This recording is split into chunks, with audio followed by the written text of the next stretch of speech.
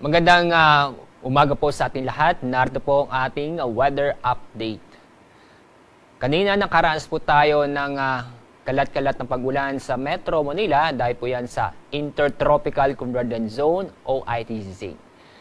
Sa lagay natin ng panahon, inaasahan po ang maulap na kalangitan na may mga kalat-kalat na pag-ulan at thunderstorm sa Metro Manila.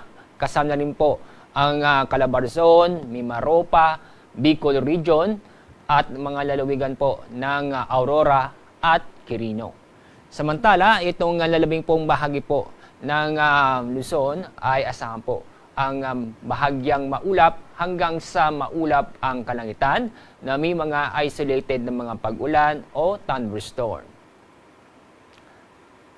Sa Visayas at Mindanao, dahil po yan sa ITCZ, itong buong Visayas at ganun din po sa may Zamboanga Peninsula ay makakaranas din ng maulap na paporin na may mga kalat-kalat na pag-ulan at thunderstorm.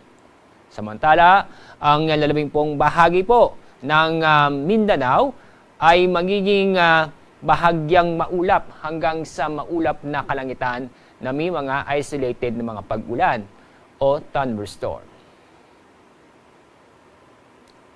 Tulad na nabanggit ko kanina, itong ITCZ ay naapektuhan ang malaki pong bahagi po ng ating bansa. Itong ITCZ ay magpapatuloy ng epekto nito sa malaking bahagi ng ating bansa bukas, araw ng Sabado at yun din po sa Linggo. Kaya sa araw ng Sabado at Linggo, makakaranas po ng maulap ang kalangitan na may mga kalat-kalat na pag-ulan at thunderstorm sa Palawan, ganun din po sa Western Visayas at sa Occidental Mindoro.